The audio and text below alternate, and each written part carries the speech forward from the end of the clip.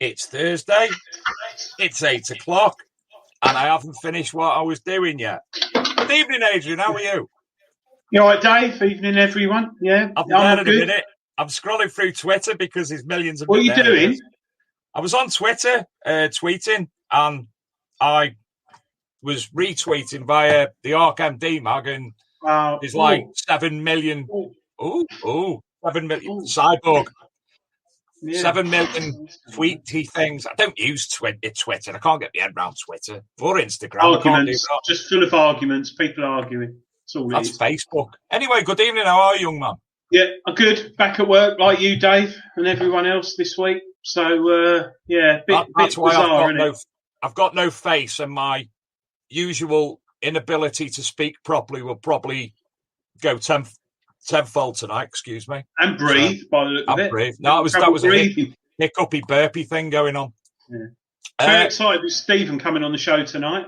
I am myself, and I think you'll all be excited to see his images. There's one in particular I was quite a gog at. Well, there were several I was a gog at, but one in particular was his. I think it's a picture of his little museum, and it's quite astonishing, to be honest. So before we bring him in, I've shared a video. It's the trailer to World War II Treasure Hunters, so people know what we're on about. So, Luke, if you could roll VT. They're sending me back to war. Oh, God! Get digging, they said. Hold on, I'm the one doing the digging. You're off having all the fun. Crikey! This is madness. What are you hoping to find? Spitfire, Pathfinders, British light bomber, military camps, secret bases. And the truth about our wartime past. Oh, we've got some biscuits as well, look at that. Gather your troops and digging together. It was here that the battle really began. World War II Treasure Hunters. Mondays at 9 on Blaze. And there you go. So, without further ado, good evening, Stephen. How are we? Very good. Thank you. How are you? Simply lovely. Hi, Stephen. hope there's no children get that quote. If there is, good lads. I've not seen that trailer before, actually. In that trailer, where we're sat down having lunch, Suggs did actually bring me some hardtack that one of the specialists we'd had on the show had cooked specifically for me. It was, hardtack and corned beef he gave me. What's hardtack? I've never heard of that. Hardtack was what they used in World War One. It was basically a biscuit that was baked so much that it was rock hard. In the show itself, I have to take a pair of pliers to it to get it apart to actually eat it. That sounds like biscuits I'd probably make. I'd probably eat them as well. It's anyway, pleasure to have you on. That was just to obviously introduce you for people who don't know you, people who've obviously lived under a rock for a period of time. But not only obviously have you appeared on World War II Treasure Hunters, but previously on TV, still available on Netflix. You were on Battlefield Recovery. Yeah, I was. Yeah. It was an interesting show, an interesting experience, shall we say? Yeah, it certainly looks it. I mean, I was. It was under so much flack. Good word for a military show. Flack originally when it first aired. I shied away from it a little bit, but then obviously I've come back to it, and I must admit, I thoroughly enjoyed it the second time around watching it on Netflix. So, Steve, what is your history yourself? How did you get into the whole military metal detecting, etc.? Well, I was like any other boy back in the 70s, really. I had Airfix kits, and I basically had the RAF and the Luftwaffe performing dogfights on my ceiling. I used to make models all the while. Then when I was 10, my father bought me my first World War II book. So I collected books for a long period of time and used to read them avidly over and over again, learning about the battles and what happened during World War II.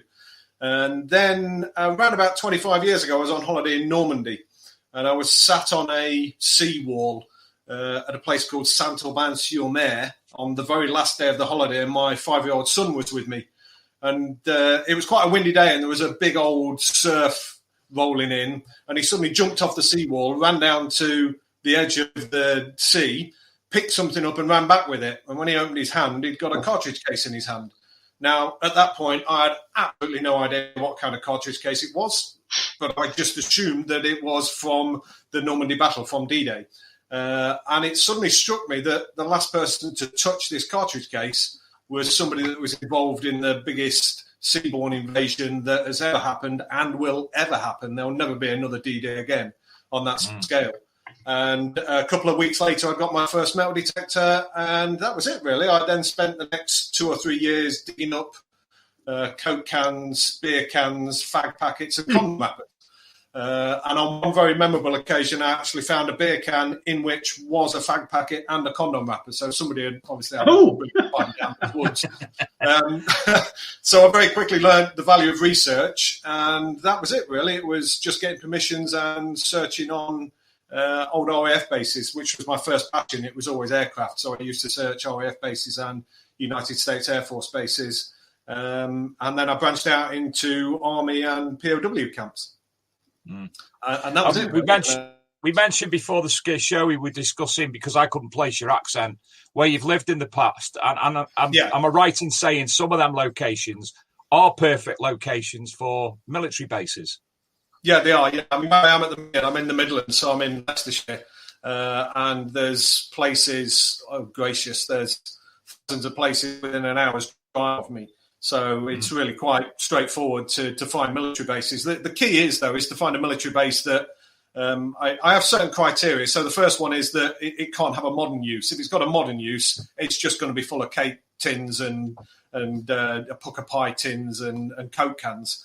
And the other criteria that I will always look for is if it's got a patch of woodland that's been there from wartime until now, because woodland, I can guarantee it's never been ploughed, it's never been dug over, nobody's ever built on it, and they're the kind of places that I will search. So it's about getting permission for those places. Somebody asked me the other day, actually, whether or not I was finding it more difficult to get permissions nowadays.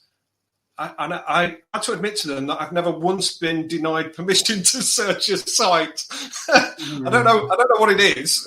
But I always recommend. Sorry, Stephen. Do you say how you've been on television? Does that help? No, because a lot of the shows that we did for the television show were actually my sites anyway. So I'd already searched them. These weren't Virgin sites. I mean, one thing that you have to understand about the television guys is that you get a brief that basically says you need to guarantee you'll find something. Well, hang on a minute. You don't quite understand the concept of metal detecting. You've got to walk over it to find it. That's why in some of the shows you'll see that, for instance, the show that we did at Quorn about the airborne and the German prisoners of war, I had 20 metal detectorists on that field because somebody told me 2 weeks beforehand it had been done to death and there was nothing left. So I was terrified we were going to find nothing. We ended up with 460 finds, including 7 German dog tags, 2 American dog tags, and so much ammunition that I, when I find live ammunition, obviously it gets handed in. But on this occasion, I asked the police to come to me because I've got 80 rounds of live ammunition, and the copper walked into the garage and went, "Bloody hell, where you know that from?" And I had to explain what I've been doing. And so, yeah, it's quite nothing to do with the IRA, honest government. No. So how did the television side of it come in? How did they find you as such? Well, I kind of came in on the back of Battlefield Recovery. Now, unfortunately, I'm not able to talk about Battlefield Recovery. No, we understand certain legal things hanging over my head. But what basically happened was the production company that were looking to produce Battlefield Recovery posted something on a forum that I used to be an administrator on. And I deleted the post because it sounded like it was somebody trying to find people to go and nick their stuff, and sent them an email saying, "Go away." We'll use those words, "Go away." And 2 days later, I got a telephone call from the producer saying, "No, it's legitimate. We're trying to find diggers that specialise in World War II." And 3 months later, I was invited for a screen test and ended up being one of the presenters on it. Now, on the back of that show, I actually had the idea for World War II Treasure Hunters. And that was presented to a production company a year or two after Battlefield Recovery had been aired and all the furore had calmed down. And fortunately, History Channel picked it up and we filmed it. So, yeah, that's how Excellent. it was. I basically told somebody to go away. Yeah, politely. And Sam, it was very impolitely. I've just got to say, before I forget, jumping in, we are streaming for the first time tonight live on the Military History Network, which is basically a free version of Facebook, but directly for military, because apparently, I'm not 100% sure of this, a lot of groups being closed down or people are being banned for posting military-related artifacts on Facebook. So this is why one of the reasons the Military History Network was created. So thank you to Nick West and the team for allowing us to stream on there tonight. Great platform. Also, we are back visibly on Facebook ourselves. But if you wouldn't mind just sharing the show tonight, if you're on Facebook, sharing the stream anywhere you could think of, we'd obviously appreciate that as well, because it is a show for yourselves and other metal detectorists and people interested in all the different varieties of things that we use. And I forgot to say that at the start, so I apologise for interjecting. Carry on. Sorry, I'm having real trouble at the minute because the screen is reflecting in my glasses and I can see.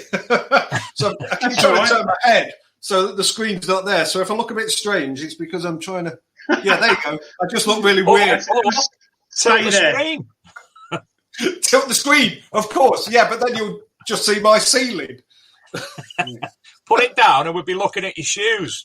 I ain't got any shoes on. Well, yeah, or something else. Fluffy rabbit slippers. Nothing wrong with that. It is Easter. Yeah, Stephen, Suggs, I like you. I grew up in the 70s and 80s. Suggs is like a little mini hero for a lot of us. And him presenting that show, I found was, I don't know, it's like you were talking to a mate. Is he got a real passion for World War II history? No, he hasn't actually.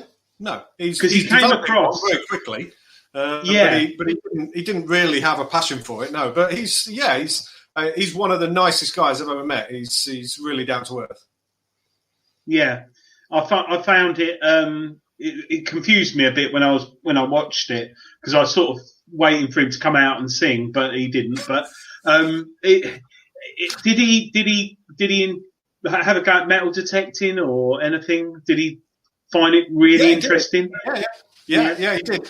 In actual fact, one of the things that we did was we tried to separate both of our roles completely in the show. So I was doing the digging, he was doing all the fun stuff. So it was a joke in that trailer when I said, hang on, I do all the digging, you're off having fun. But that's the way it was meant to be.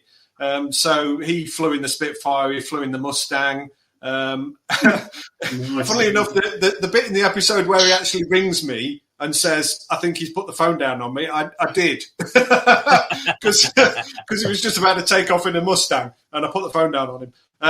But yeah, it was just the way that we separated it. So we've got two completely different roles. But in one of the episodes where we filmed at Quorn, he actually found Leicestershire Regiment cap badge. Well, when I say found, I did the detecting and showed him where to dig, but he did dig it up. So brilliant. Oh, that's interesting. No, I find it quite interesting reading up on stuff, because when you were younger, you went to a lot of charity shops, and I myself, when I grew up loving World War II, because we hear all the history from our family and relatives, and the machine gunners. I don't know if you remember that on ITV, the kids program. The still machine get it gunners on YouTube, Adrian. Still get it on YouTube, and you can still get it free on YouTube, and it's mental. Oh God! Well, I used to go to jumble sales and charity shops when I was a kid, and I'd come home with Warden helmets. I've got a spotlight, proper World War II spotlight in a box, like Morse code sort of thing. Ponchos, everything, because people threw stuff out in the 70s who'd passed away, who'd been in the Second World War. And I remember like seeing trench art, sort of like bullets, 303 bullets with a little penknife on with the cap and things like that, jumble sales for like 2p, 5p. Did you find when you were younger, you found a lot of stuff that way? No, because I actually didn't look for the stuff then. I was still collecting books and making Airfix models. So it wasn't until my, what are we talking about now? My early 30s that I actually started digging up World War II relics. And it was all because of that cartridge case from that Normandy beach and realising the history behind the object. So it's one of the things that I'm fairly well known for is the fact that I never, ever sell anything that I recover. Because there is no point. It's history to me. I know the last person to touch it, or at least their unit. I know what it was involved in. So it doesn't have a monetary value to me. It has a historical value, and that's the important bit. That's the bit that I try and get across with World War II things. But by the way, before you go any further, you have performed the cardinal sin. You've called it a bullet. The bullet is the thing that comes out the weapon and flies. I know that. And hits it. I've been very fortunate. Sorry, bullet case. I have fortunately shot a 303 a few times, and it's a fantastic one. It was one of the world's most accurate rifles, up to I think it was a quarter of 2 miles or something. Brilliant rifle. Hell of a kick on it. Hell of a kick. But a lovely gun. If I could buy one, I would. Well, I could if I joined a gun club, but that's another matter. You see, that's another interesting thing. Okay, that's another interesting thing. So people often say to me, especially other World War II enthusiasts, will say to me, "Well, don't you get fed up of digging up 303 cartridge cases all the while?" That's the right terminology, by the way. And I say, well, no, because, again, each one of them has got a bit of history behind it. So I've got somewhere in the region of 15,000 303 cartridges. Yet I still get as excited when I find one now as I did when I found my very first one. Brilliant. And can you, from the stamp on the bottom, can you look at it and straight away go, that was made by blah, blah, in here, etc.? Yeah, I am that geeky. I can, yes. Excellent. Because a lot of In fact, I've even written a blog on my website that gives you all of the head stamps for 303 cartridges and what they all mean. Wow. What's the website? It's StephenTaylorHistorian.com. Sorry, say again? StephenTaylorHistorian.com. Everyone, that'll crash now. Everyone's going that. Because I find a lot of 303s, a lot of bullets in old ponds and streams. Because years ago, you mean cartridge cases? Thank you, Dave. Thank you. Ammunition in ponds or rivers or streams. Because I know for a fact my granddad, when he was detecting years ago, I shouldn't say this really, but he'd find live rounds and he just used to throw them in the stream because he said water will get into them and wipe them out. So I know exactly. I mean, how many people... But hence the time when I was a kid and you put one in a vice and hit it with a hammer and a nail. But I won't go there and make genies out of all the gunpowder. But there is still a lot of live rounds out there, and they are still dangerous, aren't they? Yeah, of course they are. Yeah, this stuff was designed to kill, and just because you bury it for 70 years doesn't mean it isn't going to kill you. In actual fact, a lot of the explosives that particularly the Germans used towards the end of the war degrade so badly that it basically forms almost like a nitroglycerin on the inside of the shell casings. So if you find a big temporary shell case, in actual fact, you haven't even got to hit the primer. You've just got to tap it lightly and it's enough for it to go off, which is why there are still, unfortunately, quite a few people dying over in Europe from old German ordnance. And British ordnance is just the same. It's not nice stuff. Right, because you don't hear about it on the news, and I know the NCMD did a video on YouTube the other week about the importance of finding old munitions and stuff. Yeah. So, have you ever experienced any going off, or anyone you know had the unfortunate incident? No, not going off. No, but then again, my metal detecting is really very strictly. Within the UK nowadays, it's just there's too much red tape to go detecting in Europe. I did it a couple of times for the show, but then again, they dealt with all the red tape, so it wasn't so much of an issue. But in places like Latvia, when we filmed Battlefield Recovery, what I can tell you is that on one of our days off, I was actually once taken to a patch of forest. Now, what you have to understand about Latvia is that the Russian army actually cordoned off huge swathes of forest.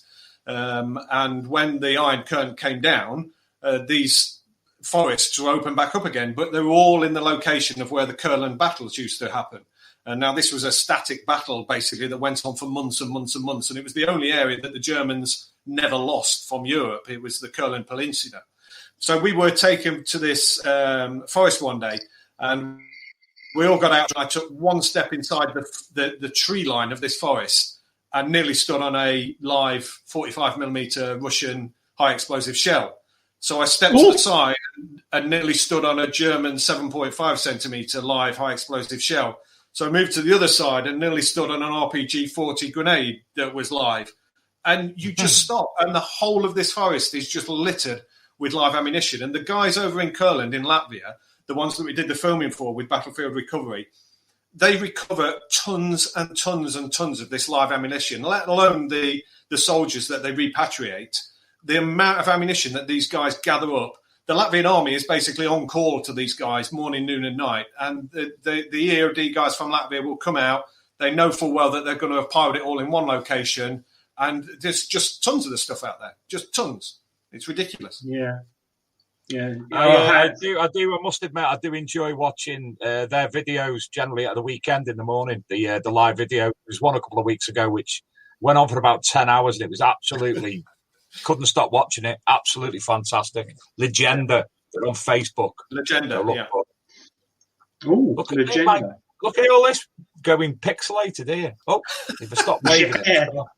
It's your hair under the hat, Dave. Yeah. I'll do a bit of Bez and it'll stop. Yeah, that's better, Luke. You stay like that. So, when it comes to metal detecting, when did that start? How old were you when you first picked up a metal detector? That was why? about, must be 25 years ago now. So I always used to get laughed at by the metal detecting fraternity because I used to use a bounty hunter. And I used it for about 15 years. But what people completely failed to realise was that I was looking for World War II stuff. I don't need to find a hammered coin 12 inches down or a quarter of a hammered coin. I need to find a cartridge case that's 3 inches down.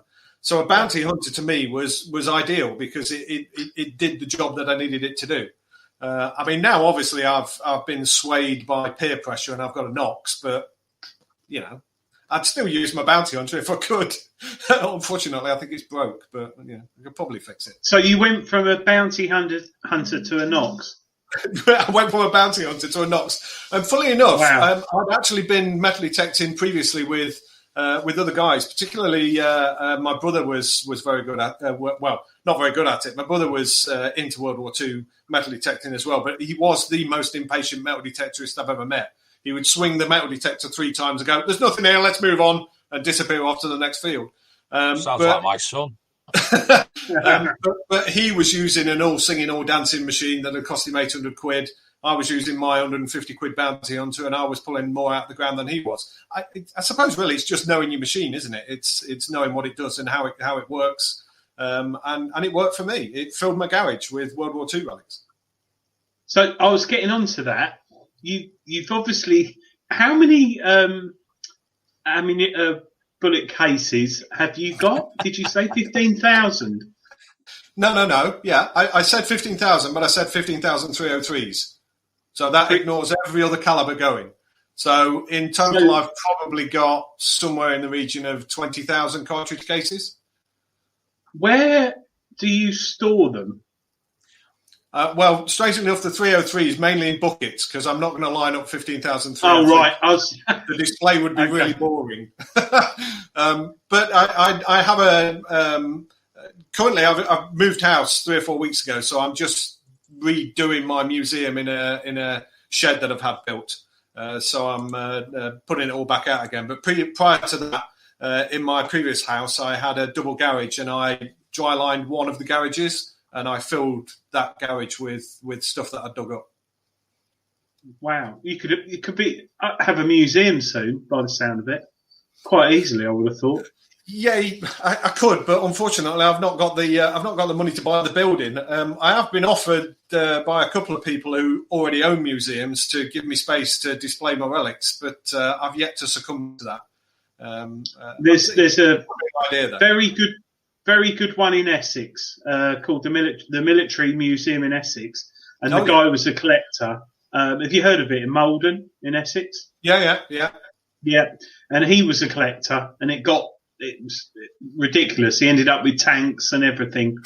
James Bond. It's got the largest James Bond collection in the world, as in, real secret stuff. The cigarette that had a blow dart and stuff like that. Yeah. He's actually got those things and the shoe. But that'd be interesting. He's got a bit of space, I think. So maybe, and it's near me. I live in Essex, so it'd be ideal for me to go. But yeah, it's one of those things. I think a lot of people metal detecting, and I do struggle with, is storing it all. And and you lose. You have a favourite find, and then suddenly it disappears in the plethora of all your bits. What is your? It's an awful question, but what is your favourite find? That is an awful question. Yeah, I know. That's why I said it. I do have one find that I actually don't have because I returned it. I was once detecting on an old United States Air Force base, and I found the body of a watch. So no workings, nothing else, just the face basically. And on the back of it was inscribed somebody's name.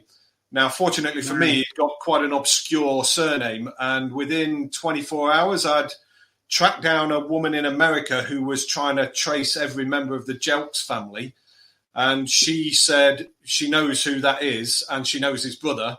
So within 2 days of finding this watch, I was told, unfortunately, the guys whose watch it was had died in 1992, I think. But his brother was still alive, and his brother was a veteran of the Pacific War. And he confirmed the watch was his brother's because he remembers his parents giving it to him as a graduation present for graduating high school. And he also remembers him getting a letter from his brother saying, "I've lost mum and dad's watch." And I found it 70 years after he'd lost it. And curiously enough as well, the thing that really gets me about all of this is that Oliver Jelks was doing a pharmacy course when he quit to join the army, and I'm a pharmacist. It's just a really weird coincidence. You may be able to help Dave with these hemorrhoids. Yeah, I may well be able to. Yeah. I'll need to have a look though, Dave. Go for anything. I've got piles and piles of them. That was nearly as bad as me woof joke before, wasn't it? It was, yeah. I was trying to share the screen then to go to Stephen's images of his museum, and I pressed leave studio by mistake. I did wonder. Dave. It is. It's going to me head. Laugh. Luke, I'm sharing the screen, and we'll go over to the images of. There we go. Marvelous. Wow. So this is. I take it this is the drywall in the old garage. In the old garage, yeah. Yeah. So in actual fact, the stuff on the right hand side, that doesn't show anywhere near as all of it. It's the cupboards where the majority of the finds are. So you can see the cupboards down the end, the IKEA units. They're all full of Vickers parts and aircraft parts and bomb pistols and cartridge cases. But around about, I would estimate somewhere in the region of 90% of what is in that room, I have dug up. Yeah. Wow. Believe it or not, that is all from one airbase. So earlier, Adrian, you were saying that the amount of live ammunition that there is around. When you consider that all of that cupboard is from one airbase, you're not wrong. The Americans especially spread live ammunition around like confetti. You can't go to an American airbase without finding live ammunition. Oh, that's interesting. Even more. Yeah, lots of bits. Yeah, that's that thing on the very top. It's got. Can you see that little prong that's poking up? That one. Yeah. That is that. I take that with military shows because I often get people coming along who are military experts, and that is my "I'm going to catch you out" find because it's the one thing that I don't label. Although thinking about it, I'm now going to have to find something else to not label. So if you know what that is, you are a real military World War II geek. And if you don't, is it a Brad 100 magazine loading frame? Yeah, okay. You knew what it was. Come on. I know, it's just years of military history research and talking to people within the hobby. It's just led me to know these things more or less. And it's quite fascinating to be able to see it again in the flesh. That's amazing, though. Still got the wood mount as well. Still got the wood mount to it. Yeah, that was recovered from an old British Army dump. Stephen, I see you've got some home guard stuff there. And one thing I'm always, when I'm out detecting, on my permission, there's a few pillboxes. Yeah. Do you find much round pillboxes? Because I've yet to find anything apart from a few sort of 303 blanks. The ones that are test bullets or ammunition. Do you find much around bunkers, pillboxes? Sorry, Dave. Can I just confirm with you, Dave, that Adrian's World War II terminology has always been this good? Test bullets. Adrian's terminology is second nature to him, to be honest. Pillbox. Look, pillboxes are used since the end of the war for drinking beer and eating cake and eating ice cream and everything. You're not going to find anything. I love cake. You might love cake, but not just the wrapper. There's no point searching around pillboxes. They've all got concrete floors. Outside is just full of beer cans and fag packets. There's no point. No, it's a shame because they have been.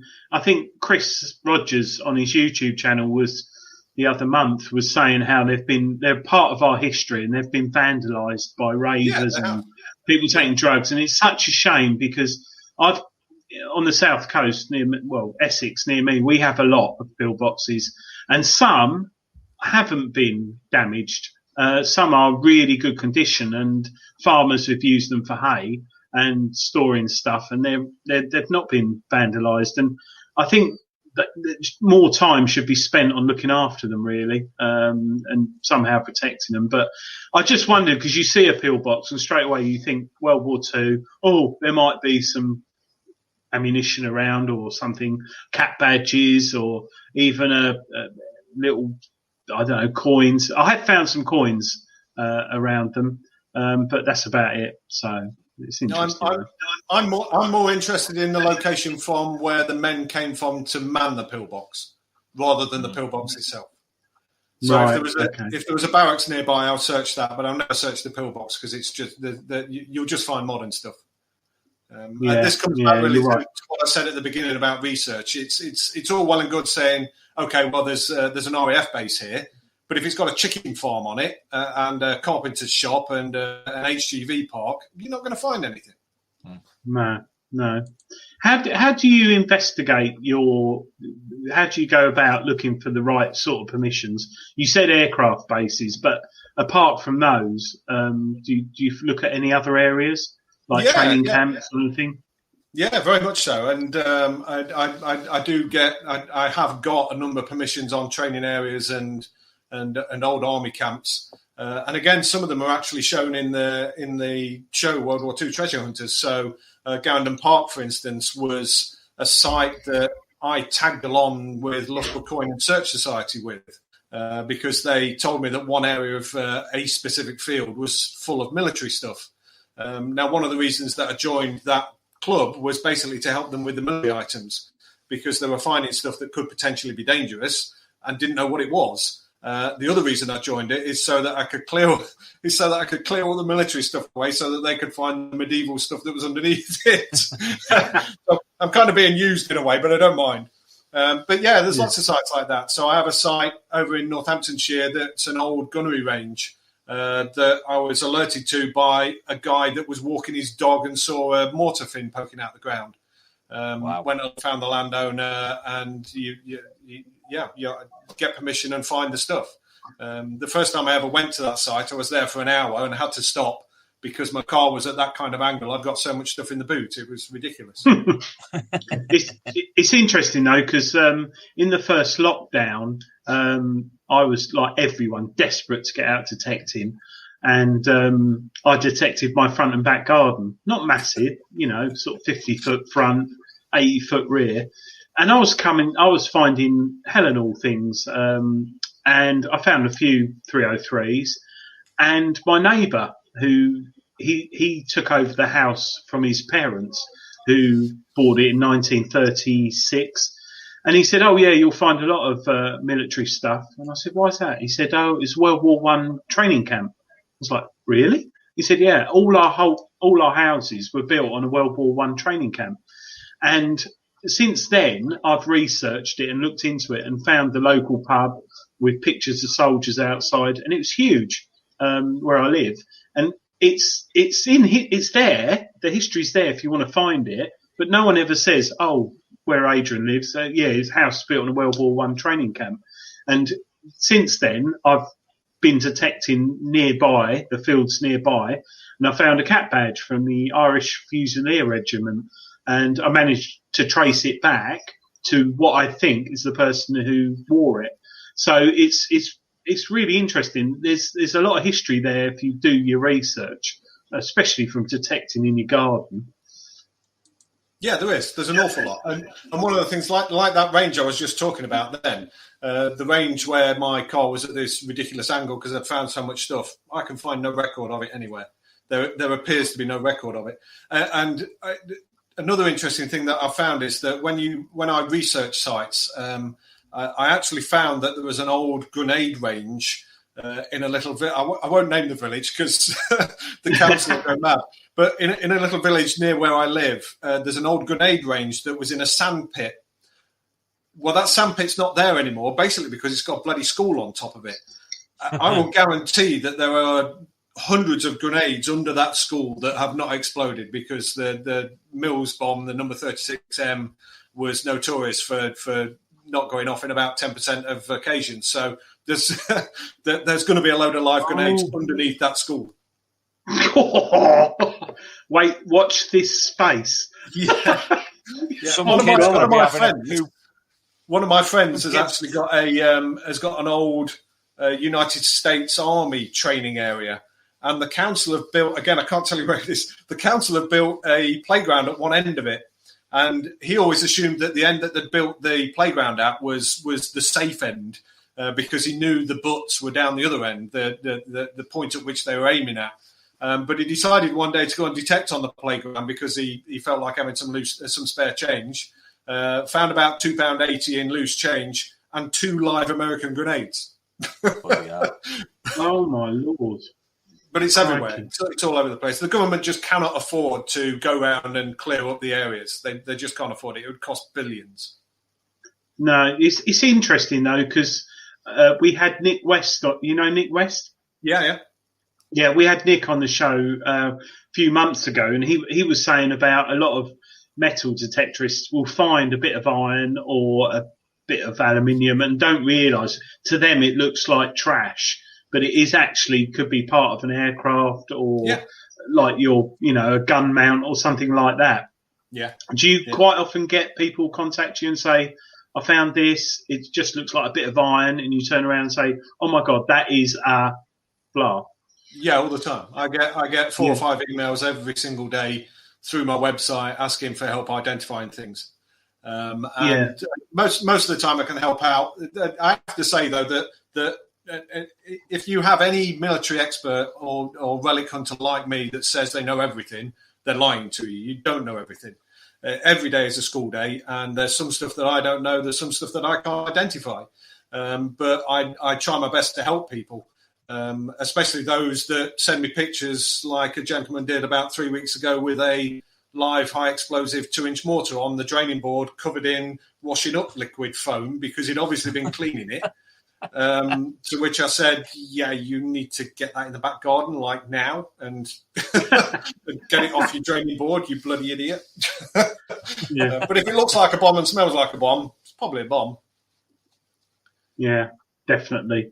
I also you're a retrieval chairman for World War II relics and retrieval. Yeah, it's World War II Relic Retrieval and Preservation Group. Unfortunately, it's been in abeyance for the past year because of COVID, but we do go on quite regular digs. The last one that we did was actually a dump site that was found on an old RAF base that had around about 200,000 cartridge cases in it and about 500 bomb pistols and bomb fuses. So how's that work? They contact you to come and clean it, or? It was a farmer who knew me and said he found this pit and did I want to come and have a look, and I went and had a look, and it was pretty astonishing. I think what's happened is at the end of the war, the RAF have gathered together all the unused bomb pistols and bomb fuses. Initially, we thought that the cartridge cases, because they were mainly 303s, were coming out of bombers that were at the base.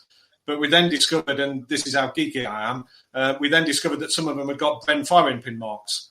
Well, you don't use a Bren in a bomber. So we then reasoned that they must have come from the small arms range, because further down in the pit, we were finding Enfield clips and 9mm and 380s and 45 cals and others. But what they basically did was they piled all the cartridge cases in the pit, then put a layer of incendiary bombs, then put all the bomb pistols and bomb fuses, then set fire to the incendiary bombs and walked away, and then just covered it over with earth. So the incendiary bombs did a marvellous job of deactivating the bomb fuses. Bomb pistols don't have charging, so they're deactivated anyway. And the only reason we know this is because we were finding the tile breakers from incendiary bombs in a layer of molten metal. So we knew what they'd set fire to it with. But underneath that molten metal was this massive pile of cartridge cases. And at one point I was reaching down up to my elbow and I still couldn't get to the bottom of this layer. So I reasoned there was probably about 200,000 cartridge cases in this one pit. Wow. I bet the police love you. Yeah. Well, they were all spent. They were perfectly legal. To the police, they are metal tubes. There's nothing more. The primers are gone. There's nothing illegal about them at all.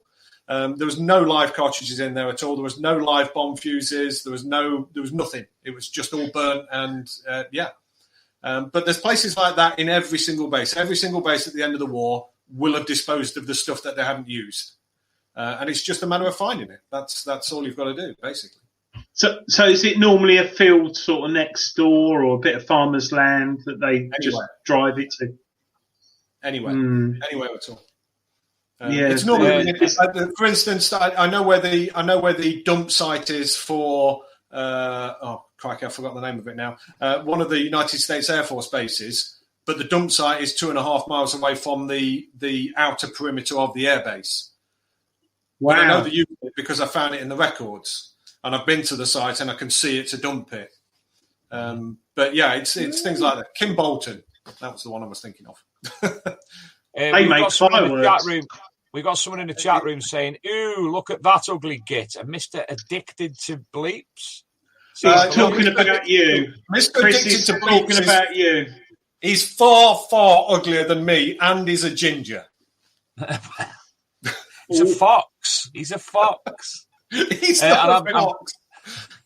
I'm going to say hello as well to Dave Lawson, a pal of mine from work who's in the chat room. Nice to say, well, he's retired now, but lovely to see you there, Dave, anyway. It's been a while. It's been a while for me, most people from work, to be honest. So we're not going to go into the battlefield recovery. Obviously, that was some things are still going on that we can't go near that. But it was something that happened, Dave. Right. I'll find out off someone off there. But obviously, I watched the programme back, as I say, after all the flack was given to it originally, and it's now available still to watch on Netflix. Got there in the end, and it's fascinating, especially the way you were obviously bringing the story, finding all the information, any of the remains that were found, you were burying them properly, going through all the processes properly, and it really did actually. Watching it made me realise more about what Legenda do as well, because obviously Legenda are in Latvia. It's a totally different country. We're not doing anything. Well, there are certain things that we do more or less in this country, but nothing on the scale that Legenda do. And it was quite fascinating. I was making some notes as well while we were talking. Archaeological dig I was doing with one of our guests a few months ago, Mark Ollie, in a place called, it's Welsh, hold on, Llanarmon in Ial in North Wales. Done it. Better than that, I'm Polish. We were actually metal detecting away of what we believe were some roundhouses there, and we knew there was a B-29 crash there at some point, but we weren't exactly sure in what area of Llanarmon. Well, next thing we dig up is the communications panel. Couldn't believe it.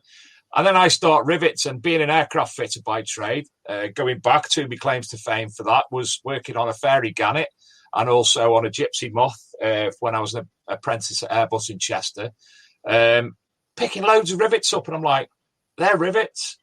What are rivets doing here? So we actually found where the crash site was as well.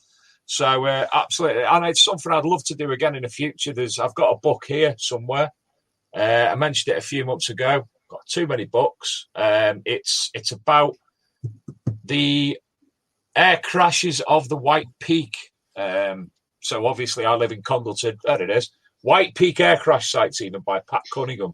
And there's actually two that are very, very close to me. And I keep meaning to communicate with them because, yeah, it's something I'd love to be able to do is concentrate now I know what I'm doing on an actual military site. So it must be fascinating, especially when you're bringing up the amount of, we go onto a site as a metal detectorist, and it's generally coins, it's ring pulls, it's moo tubes, it's buttons. But to go and pick up things of that amount must be absolutely startling. Absolutely startling. And I do have two images that I'll have to send you, Steve, to ask your opinion on, because I've had mixed responses from people who, in the military reenactment, people who are historians like yourself and what have you, and they're not sure what they are. And basically, they're a bullet, but with a wooden end. So I'll have to send you them pictures with scale and what have you, and see what you think of them. Are they just blanks? Is that all they are? Yeah, send me training. Training munitions. Adrian, shush. Blanks. Sorry. Yeah, they're used for training in the 303, aren't they? Yes, they are. Yes. Yeah. Very, very early. One's a little skinny one, and one's a bit. One of the earliest 303 training cartridges that was developed actually had a thin metal bullet, basically, in the end. And they stopped manufacturing it because what they found was, even though the thin metal bullet at the end, which looked like a bullet, didn't have any lead or antimony or anything inside it, so it was very light. Unfortunately, still killed people if you hit them with it. So they're one of the earliest blanks. But you can find wooden blanks as well. The German 7.92 millimeter Mauser cartridge, the ones that the Germans used in the MG34, the MG42, loads of weapons. They especially are well known for having wooden bullets as blanks. Interesting. Very interesting. I've got to try, while we're talking, I'm going to try and, well, you talk and I'll try and find them. I've got to try and find them now. I know where they are on my phone somewhere. Oh, do you? Dave. All right, well, I need the head stamps. Have you got the head stamps? I don't know. Get the head stamps. The markings on the board, Dave. You two chat amongst yourselves for a moment, and I'll look where I think it is. While he's looking at that, just one thing while he's looking for it is he needs to be careful if he does go digging on any old air crash sites. What you have to remember is that every single air crash site in the UK is protected under the Military Remains Act. So you cannot even remove one single item from the surface. If you are looking for it deliberately. If you stumble across it, I've heard that the MOD are a little bit lenient with you. But basically, if you dig any aircraft site in the UK, you need a license from the Ministry of Defence. Didn't know that. Is that any aircraft, even if it's military or commercial or, anything like that? I'm not sure about commercial, but why you would want to go digging up...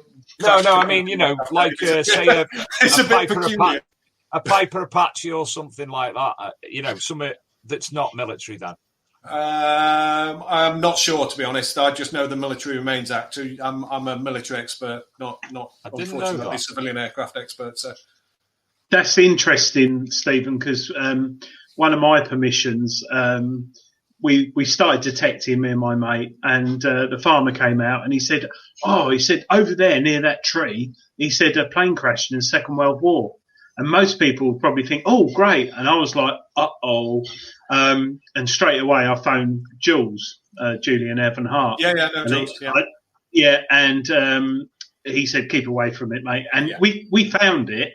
It was just constant and beep, beep, beep, beep, and the farmer was like, oh, let us know if you dig anything up. And we were like, no, we can't dig it. And he's like, why not? And I said, no, we're not allowed to dig it. Yeah. And he said, about 20 years ago, someone did dig it and they went down deep and they found a body, like an ankle bone and some bits and bobs. And I'm like, whoa. And I think this was before it was properly managed. So we kept away from it.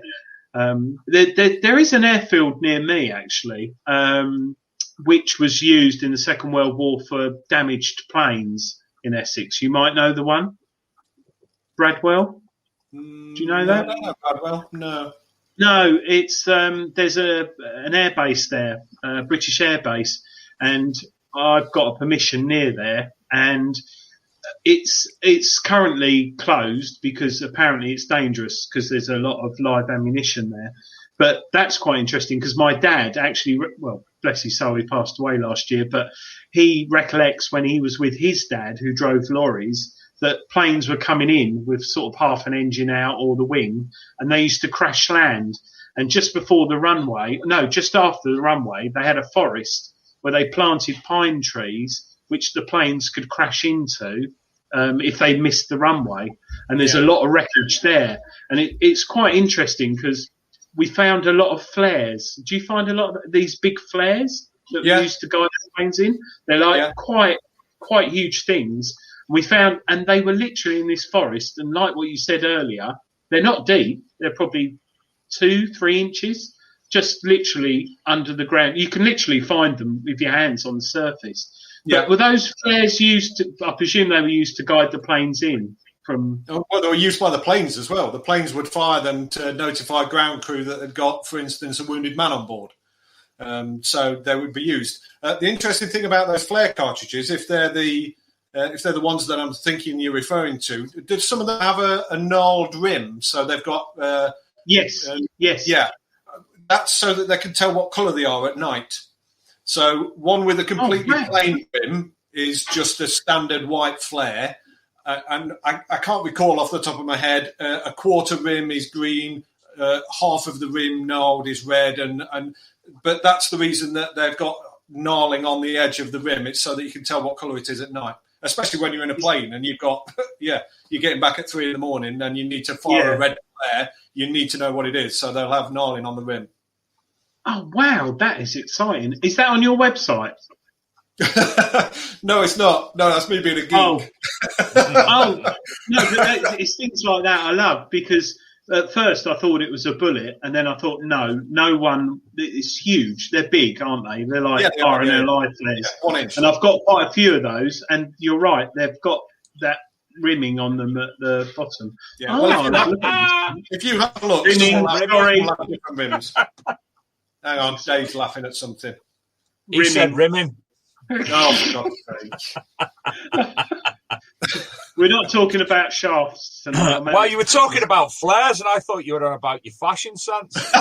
No. Flares and rimming. Are we going back into 70s porn all of a sudden? That's in half an hour. With World War II treasure hunters, is there plans, or can't you say, for a new series? COVID put a stop to most of the production work that was going on, but there are things going on that it might not have been the end of World War II treasure hunters. Let's put it that way. Good. Oh, and am I right in saying that this Monday on Blaze they're going to be playing World War treasure hunters all day, back to back? Yeah, probably. Yeah. They do it quite regularly. Actually, the first time I saw it done was Christmas Eve of all times, when they played the whole series back to back. But it got very, very good ratings. The challenge that you have nowadays, unfortunately, with the television world is that nobody's got any money. So it's about finding the money to make these television shows. And unfortunately, with something like World War II Treasure Hunters, it's no good just doing an episode with me and Suggs trudging around a field digging stuff up. You need the archive footage, you need the experts, you need to be able to go to museums. You don't necessarily need to fly in a Spitfire, but I could see why they did it. But it's that kind of stuff that then costs you the money. So it's about finding the money for these shows more than anything. Which we're currently seeing with Time Team having to produce their own via Patreon. Exactly the same reasons. Yeah. What would you say of everything that you've done up to now, season 1 and 2? What would your favourite standout episodes be? My favourite will always be... well, there's 2 favourites, but for different reasons. The first one was the Quorn episode, because I was terrified we weren't going to find anything. And we did. We found an awful lot. But by far my favourite episode, I think, is digging up the Defiant, the Bolton Paul Defiant, basically because it was the first proper aircraft dig that I'd been on. And I had the great honour and privilege of meeting Sandy Ballantyne, the pilot's daughter, and spending time with this lady who lost her dad. She never really knew him, all because of somebody in Harley Street cocking up a very simple operation, and basically cutting into Sandy's optic nerve and blinding him in one eye, which grounded him, which then meant that he became ground crew. He went across to Normandy on D-Day +2 or 3 and was killed in Normandy. If that guy in Harley Street hadn't have botched the operation, Sandy would never have been in Normandy and his daughter would have known him. But that story was truly immense, because we managed to follow it right from the very beginning of Sandy joining the RAF all the way through his career and ending, unfortunately, at his grave in Douvres in France, which is where he was buried. Bless him.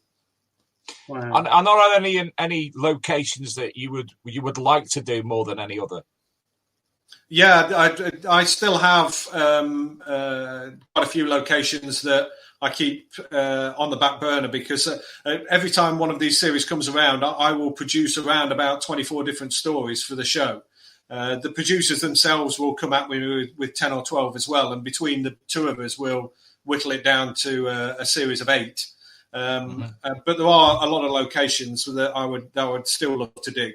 I'd like to go diving on the Tirpitz and things like that, but probably not going to be something that will happen. But there's places in Scotland, for instance, where you were talking earlier about James Bond. Well, Ian Fleming was actually based up in Scotland when the Commandos were first formed at a place called Inverrailort. And it's quite a famous place. That's probably pronounced wrong. There's probably an awful lot of Scottish people now shouting at their computer screens. But that's where a lot of the Commandos turned up, and there's a story that goes around that they were all in the foyer of this grand house when 2 elderly gentlemen appeared at the top of the stairs, whose names were Mr. Fairburn and Mr. Sykes. And they fell down the stairs, and when they hit the bottom of the stairs, they landed in a position at which they both got daggers in their hands, and they were in a position to attack the nearest man to them. And that's where the Fairburn Sykes dagger comes from. These 2 guys were real, and they were complete nutcases. Wow, good lads, brilliant, brilliant stuff. What's of obviously all the sites you've been doing it a long time? What's the most dangerous thing that you've found? Well, the most dangerous thing, actually, you see, one of the things that I have to try and get across to people is that I do sometimes get challenged by some members of the public and sometimes military people as well, who think that when we show the television show with me going, oh, it's a number 860 bomb fuse, it's a barometric fuse, it was attached to flares, it would open at 10,000 feet. They think that I'm being prompted with this stuff. Unfortunately, I'm not. All the guys that film with me, we don't do second takes. I'll walk over and go, yes, it's that, and this is what it is. But sometimes you have a situation where, unfortunately, the television company may want a little bit more jeopardy than you can give them. So the most dangerous thing that I found was the bomb from the Junkers 88. However, we'd already got information that there was a 90% certainty that bomb had burnt out when the plane hit the ground, because local residents remember there being a massive Roman candle. Now, that was the bomb burning out through the hole fracturing the casing. So we kind of knew that it was probably safe, but of course you don't know for sure. So when a digger dumps a 500 kilogram, and remember this is kilogram, not pounds, a 500 kilogram bomb on the side of the hole, you do go a little bit bum clenchy and go, yeah, I'm going to go over there really quick.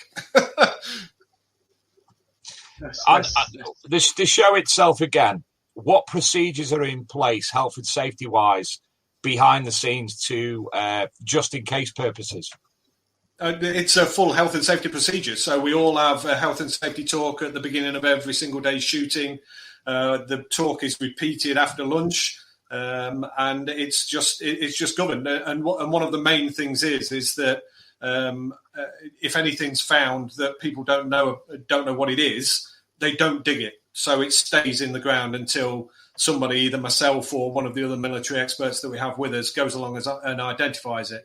Because you have to remember as well that sometimes we're spread over quite a wide area. So we could be 1.5 miles apart, for instance. So it's important that we have people that are capable of identifying stuff within each location. But yeah, health and safety is very high on these things. So, you mentioned before about you wanted to go diving on the tar pits. No, Tirpitz. Wasn't that? It was kind of like a joke, Dave, to be honest. Oh, right. But yeah, I'd say Tirpitz was the sister of Bismarck, and she was bombed in a Norwegian field by Lancasters carrying tall boy bombs. So there's bits of her still down there, but it's just, yeah, it's a World War II geeky kind of thing to say, I'm afraid. Well, the reason I was going that way, I don't know if you are, I spoke to Gary Bankhead. I've done an interview with Gary Bankhead from River Hunters this week. Is there any plan for anything World War II underwater treasure hunters, for instance? It has been suggested in the past that I join forces with people like River Hunt. It's Bowie Met, isn't it? But again, it all boils down to which direction the television companies are going in, what shows they want, what kind of money they've got. So there's an awful lot of good ideas that get batted around that unfortunately never end up as anything. But basically, it's down to what we can get filmed and how much we can do it for, basically. So, with regard to you say, like a lot of us, we all have real jobs. We're not history hunters and metal detectorists 24/7, which would be nice. Does your hobby fit in around your full-time job? Do you get out every weekend, or do you take days off? No, I have a rule, actually, and the rule governs how many times I go out digging. Now, you have to bear in mind that since COVID, I've actually not been out digging at all. I've not dug since gracious November 2019 was the last time I went out digging. My day job takes me away a lot of the time, and I don't want to break the regulations, so I've stuck to the regulations. But I have a rule that I have to have cleaned everything from my previous dig before I'll go digging again. So normally it's once every 4 or 5 weeks. Again, this boils down to research. So my research will give me a site that will give me so many finds that it takes me 4 or 5 weeks to clean them. So I therefore will then go on another dig 4 or 5 weeks down the line. But I do tend to clean things quite quickly just to preserve them. Out of interest, what do you use to preserve your finds? It depends what it is. So it's the kind of thing that I know there's an awful lot of archaeologists watching this, and they'll all throw their arms in the air and scream and yell and all sorts. But the kind of that I'm digging up is dirty, great big lumps of iron. And my main aim is to stop the stuff rusting. So I've used lots of techniques in the past that prevent rust from recurring. But the main one that I use nowadays, I'm afraid to say, and I am sorry, archaeologists, I truly am, but I do use citric acid to kill rust. So I will drop iron objects in citric acid. Now, just bear in mind that this is World War II stuff. So I'm not losing any of the importance of the object by doing this. I'm just trying to stop it corroding away to nothing, basically. That's what I use. But a lot of the stuff like the brass cartridge cases, I do nothing more than clean it with soapy water because I don't want to get rid of the patina because the patina is part of the history of the object. Yeah, no, you're right. Yeah, definitely. Because I saw in one of your pictures you had wood there, and obviously wood can decay once out of the ground. So I suppose your mini museum is hopefully holding place and certain things, because we all find stuff, and I'm the same. I'm always, there's the cleaning pencil company, which is Graham Dempsey in it, Dave, and he does a special wax which I use, and it keeps the patina and stuff. But you're always like, should I? And cat badges, I find one of the hardest because they're so intricate, aren't they? If you find a cat badge, you don't want to let it break or damage. And I probably in 50, 100 years' time, like people used to lacquer stuff or whatever, beeswax years ago, there's always someone moaning about something. But the way I look at it, it would never have been out of the ground for people to enjoy if you hadn't found it. What do you mean about beeswax years ago? I was only using it till Graham sent me the kit. Well, yeah, there's a lot of people saying use natural things, and some people say no, leave it as it is. There's so much stuff. Some people say lacquer it, hairspray. There's so many different types of things, but it depends what, you know. Like I say, it wasn't found, so as long as you can share it with people when you've got it, that's all that matters, isn't it? It is, and to be honest with you, if it's not corroding, if it's not literally falling apart in your hand, why would you want to put anything on it anyway? Just put it in an area that's dry, that's not exposed to moisture, and it'll be fine. It'll last another 100, 150 years, 1,000 years. Gracious, but I mean, how quickly is brass going to degrade? If it's not corroding, sometimes I do get exasperated that people are coating stuff in wax and things like this, but sometimes you have to just to prevent it corroding anymore. It depends how bad it is, but I've never put any of any books on anything that I've found. No, I haven't. No. That's interesting. One question I've got is, I love trench art. No doubt a lot of people do. But do you ever find, obviously, trench, it's been made in the trenches, but do you ever find anything intricate that's been made on military bases? So the RAF pilots, for example, waiting for their planes to fly out and be prepared. Do you ever find anything like tobacco tins or ammunition that people have like tweaked and designed or anything? Yeah, all the time. Every single base is full of them. And what you often find is a cartridge case that's been cut and had a sleeve inserted in it. Blimey! Just 1 second, because I'm actually looking at one now. Can I get up and get it? Yeah, go on, get it, Stephen. This month's treasure hunting's got. It's gone all green screen. It's got something in it, similar sort of thing. It's got some trench art in there, which is very, very interesting. Right, okay. So I was digging in an old United States Air Force base dump, and everybody's going to get shocked at this, but they will soon see that it's completely safe, all right? So I found that. Could we share your screen? There we are. Okay, so that's a standard American issue 50 caliber bullet. 50. You see, you've got me doing it now. 50 caliber cartridge case, made in Des Moines, 1943. DM43. Now, the percussion cap, the blast cap on the bottom, has got an indent in, so I know it's been fired, but it's still got the bullet in situ.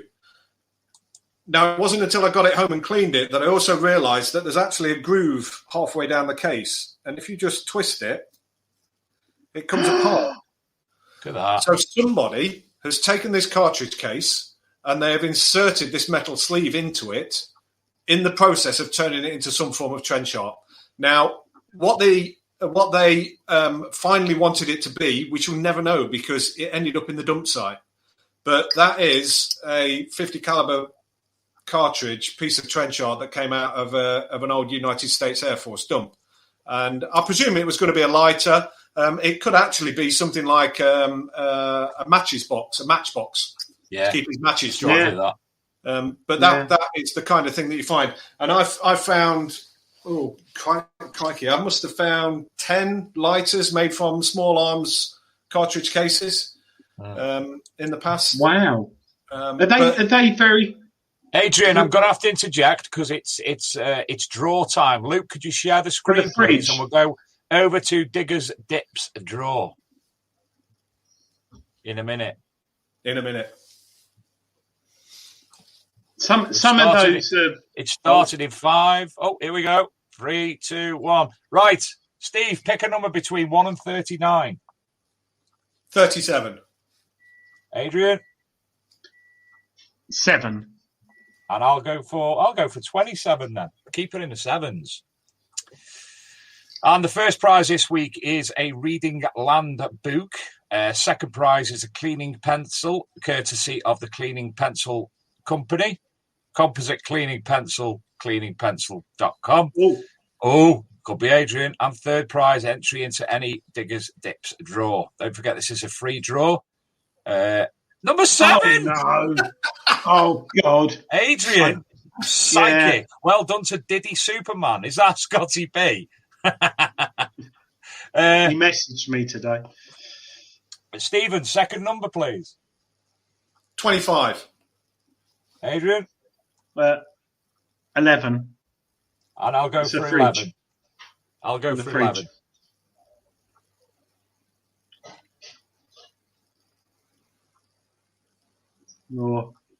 Oh, it's got to be 11. I'm glad I went for 11 as well.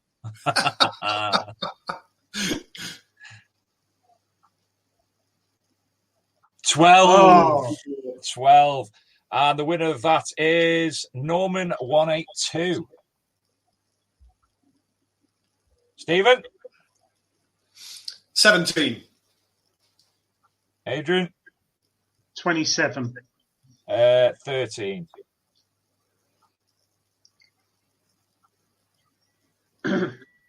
I've no idea what numbers anyone said that time. I thought you controlled the button, Dave. No, it's done the draw itself. I was joking. The site does it all. I know, I was joking. Oh, right. Please don't be 27. Go on, 27. 28. Oh, I tell you what, you're close, Daz, 2110. So, Diddy Superman wins the Reading Land Book, the cleaning pencil from Norman 182, and the free entry into any draw is Daz 2110. You'll be contacted by Diggers Dips. Thanks to them as ever for doing the free draw, and to Graham from the Composite Cleaning Pencil for his putting that in as well. So there's the draw that week, and you can see how we get so excited about the draw every week without fail. I never enter it. And talking of draws, don't forget we have a live special on Saturday night at 7:30 for the second round of detectable prizes for the second draw this weekend. 7:30, usual places as you are now, and that's for the detectable spring draws. So there you go. Adrian, back over to you. Any more questions you want to ask? The spring detectable, the Rene Hospice. There's a lot of prize draws on the internet and stuff, but a lot of money from this goes to help the Rene Hospice, which would have made money from detectable, which none of us could attend, sadly. So get on the website, go to it, Google it, spring detectable, and there's some really good prizes there. And I think we'll actually play the video on Saturday again of the lady from Rene Hospice, because she spoke so passionately about the place, didn't she? Well, especially when she said it cost so many thousand a day or something to run, and unfortunately, some of us watching tonight and some of us in the show will end up somewhere like that. So it's nice to put money towards a good cause. So go for it. And it's they've lost a lot of money because of COVID, like a lot of charities, but. We'll see. Hopefully when the next detectable starts, we can all get back together, which leads me on to Stephen. Have you been to detectable? No, never been. Have you thought of going? Well, no, not really. I'm kind of niche, aren't I? Let's face it. I don't think, you say you think you are, but I know for myself, when I'm out detecting, I reckon probably 10-20% of my finds are World War II related. And that's fine.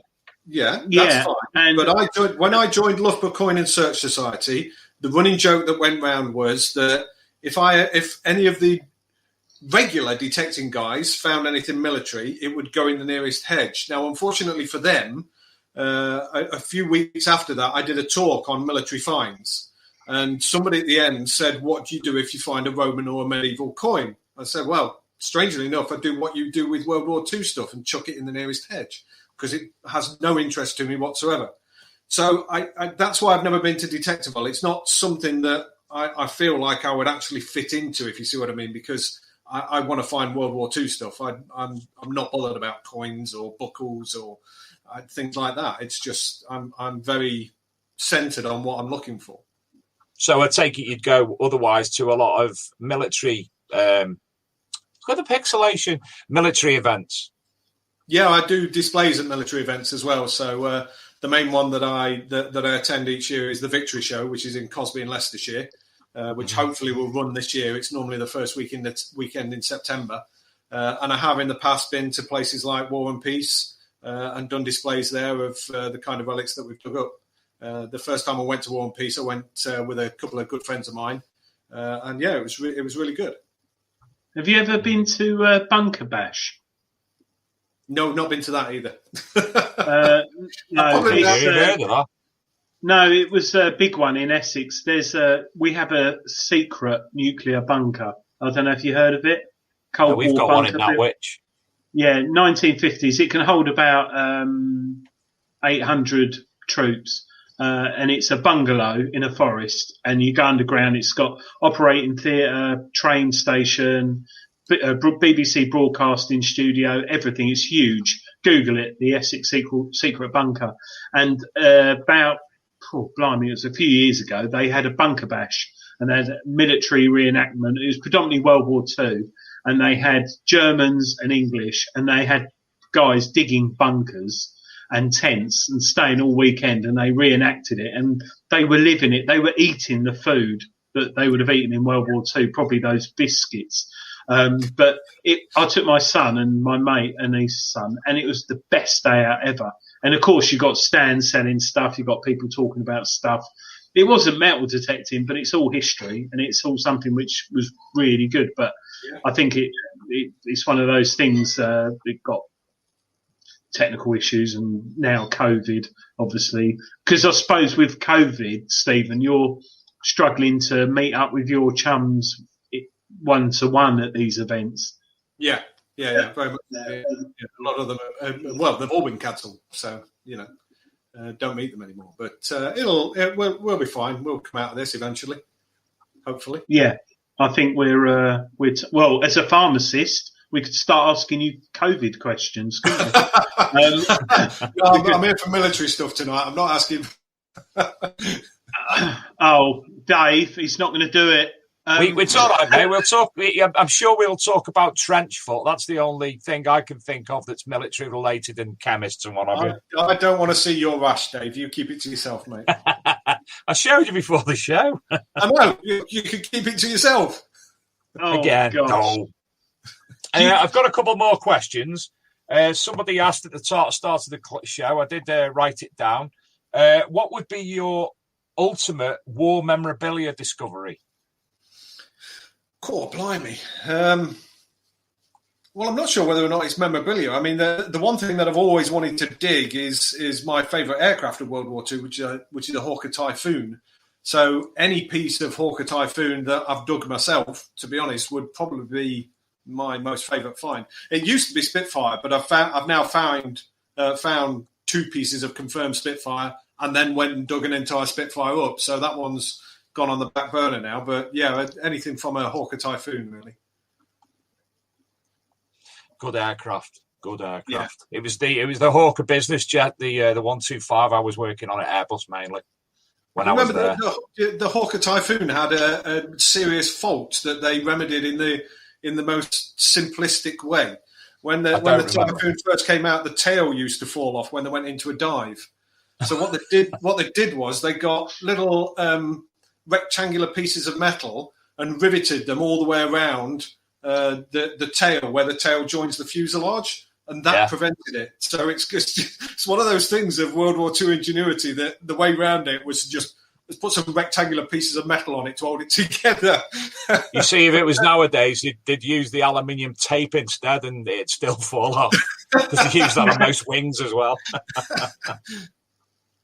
Adrian, have you got any more questions, or anybody else in the chat room? Have you got any more questions you'd like us to ask Steve this evening? Adrian, have you got anything yourself? I will probably geek out on things like flares and stuff, not 70s ones. Talking about bullets that I find. What out of interest, what's the rarest type of bullets that you have come across? Where you think that shouldn't, obviously, like German ones in the UK and stuff. Oh, German ones in the UK are actually quite common. Found loads. Really? I mean, we shouldn't do because the one difference between German and Allied aircraft was that the Germans had bins to collect the cartridge cases, whereas the Allied aircraft spat the cartridge cases out the bottom of the wings. So you shouldn't really find German cartridges in the UK, but you do. They're all over the place. But strangely enough, when I was talking earlier about the dump pit that we found on the RAF base that had those 200,000 cartridge cases in there, in amongst all those cartridge cases were some cartridge cases that I misidentified to begin with. That's me admitting I got something wrong because I thought there were 45 caliber ACP, automatic Colt pistol cartridge cases. But they were very, very slightly longer by about 2 millimeter. And I eventually worked out that they were from a British automatic pistol, a .455, not a .45. So they're really rare. I'd never seen them before, and they threw me. But there you go. That's interesting how the Germans kept their spent shells. That's interesting, that is. That's German, isn't it? I suppose they took them back and recycled them. Yeah. Yeah, well, they recycled all the weapons that they captured from the Poles and the Czechs and the French. They recycled them all. For instance, they used French mortar bombs as cluster bombs from their aircraft. They renamed them SG-1s and just dropped mortar bombs everywhere. Wow. Still lost. Never mind. Yeah. I always buzz my head off every time I find a Reichspfennig. I'm trying to understand why there's a Reichspfennig in the middle of Shrewsbury with no known military things locally. It always gets me. I love finding them. POWs. Yeah, probably. POWs or bringbacks. The veterans brought them back as well.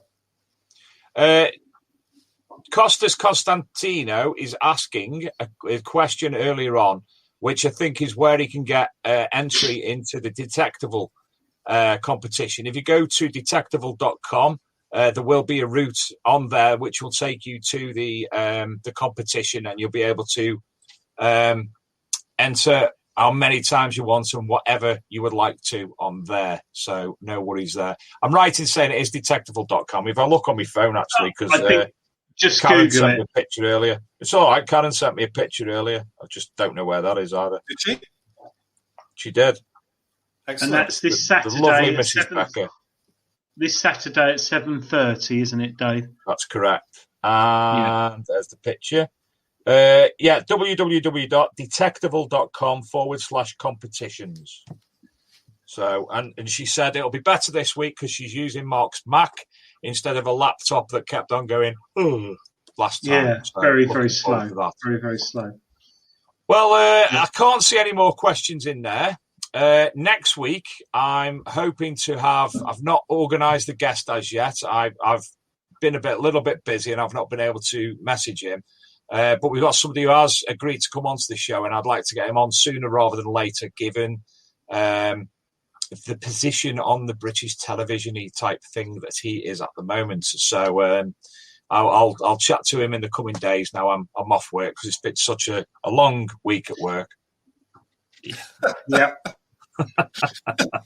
So it's been very, very difficult. So Stephen, it's been an absolute pleasure. What I'm going to do, we've got on the website on arcmdmag.com, up there somewhere, the magazine. We do have an identification section and a research section. So I will link automatically to your pages regarding research and identification, so people can obviously automatically find things military-wise, seeing as it's already there. If that's okay with yourself. Yeah, most certainly. Here we go. Look, there it is. Look at that. Oh, look at that. Look at Adrian now. Adrian, look at him. Yeah. Bullets. Loads of bullets. Yeah. No, I'll be on there tonight. Yeah. The other thing about the website as well is that I do show every find that we recovered from World War II Treasure Hunters episodes. So the show itself, we can only show you a very small proportion of what we'd actually found. So I've got blogs on there that show everything that was recovered during each episode. Fantastic. Brilliant. Excellent. As well as over 300 World War II manuals as well that you can download. Don't like plugging your own website. Fantastic. No, too right. Good on you. And don't forget, I'm pretty sure this Monday Dave. on oh look, there you are, Blaze on Monday. I'm pretty sure it's on Monday all day because one of the people from the production company who made River Hunters, who I presume it's the same company, is it? Well, it's the same channel. Yeah, right. Yeah. Well, he's asked me to let people know that it's running, and I'm pretty sure it's this coming Monday. And that leads up to those who don't know, season 2 of River Hunters starts on History UK on Monday night. I think it's 9 p.m.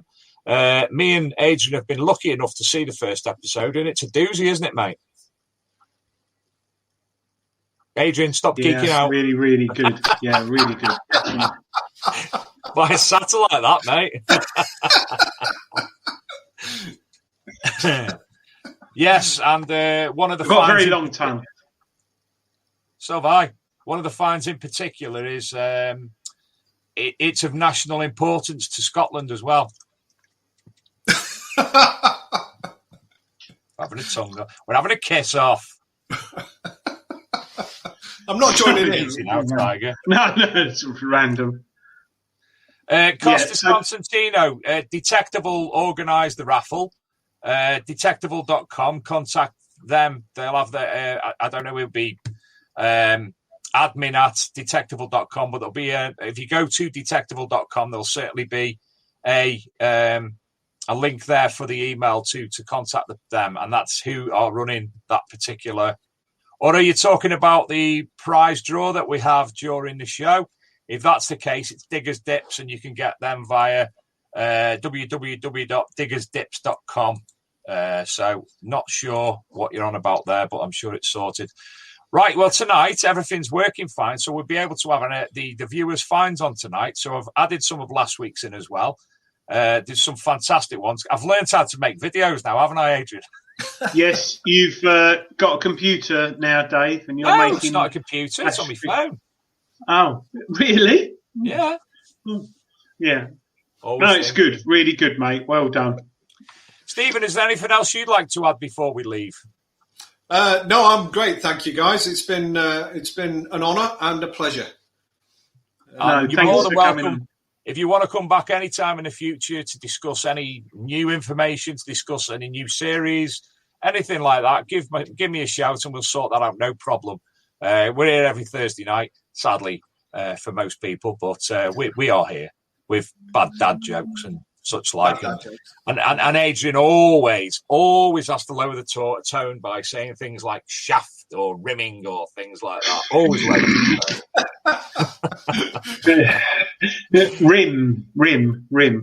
yeah. Thanks for coming on, Stephen. And also, I'd like to quickly thank thanks Stephen, obviously, for coming on. But well done to Chris, Addicted to Bleeps, hit 100,000 subscribers today. Oh, now do you remember what he actually said would happen when he gets the award? He's not doing that naked thing again, is he? He's going to bury the award for someone else to find, or is he? He'll get his plaque. Yeah. So no, good on him. Good on him. So yeah. So thanks to everybody tonight, to Stephen, to Adrian, to Luke, to all the viewers. Obviously, please interact on the Big Detecting Show Facebook group. We'll put your finds in there throughout the week. There's an absolute stunning one gone on tonight. Absolutely stunning. A sword pommel and a bit of gold by Paul Bamford. Yeah. Bamford. Have a look at that. Absolutely stunning. Too late to add to the video. That's a shame. That's a shame. I thought you were referring to the 303 that I posted up. That's terrible. Sadly not. We didn't put the bullet on. Put the bullet in. Yeah, bullets. We love bullets. Right, thanks again, everybody. Luke, if you could run the video, and we will see you all at 7:30 on Saturday. Good night, all.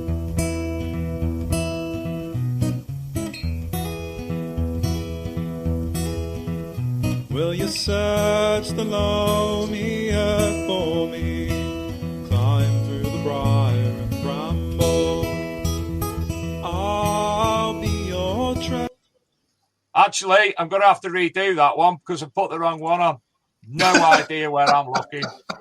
No idea whatsoever. Just bear with me a minute. I'll tell you what, it's a good job. It's a good job there's a little comment down the bottom of the screen that says you are still visible to viewers, because otherwise I'd have take my kit off and go, yeah. I'll tell you what I'll do. I'm going to actually have to squish. Oh, he's gone. No, he's cut himself off again. He's quit the studio again. He's cut himself off. Well, I suppose I better do sponsorship. I'm back. Here back. he is. Right. I'll tell you what I've done. I've downloaded the wrong date. That's why. I put it up on YouTube off my phone and then I've downloaded the wrong date. So that's my fault. So we're going to have to watch it via YouTube instead, if I can actually find it. Oh, Dave. That was so good as well. I've come in from work and I'm so bloody tired. I'm just working with amateurs. Just amateurs. Oh, it's the. I'll tell you what. We need to go to your chemist. Where are we now? Dave needs to get some. What's it called? Pro Plus or something. And your soul. Right, I'm there now. Where is it now? How'd you get bigger? There you are. What am I doing? I can help with that as well, Dave. Right, as I said, sadly, we're going to have to do this via YouTube because I've downloaded the wrong link. So here's the outro again. I even cut myself off again then. Here we go. Thanks all. Good night. Night. Bye.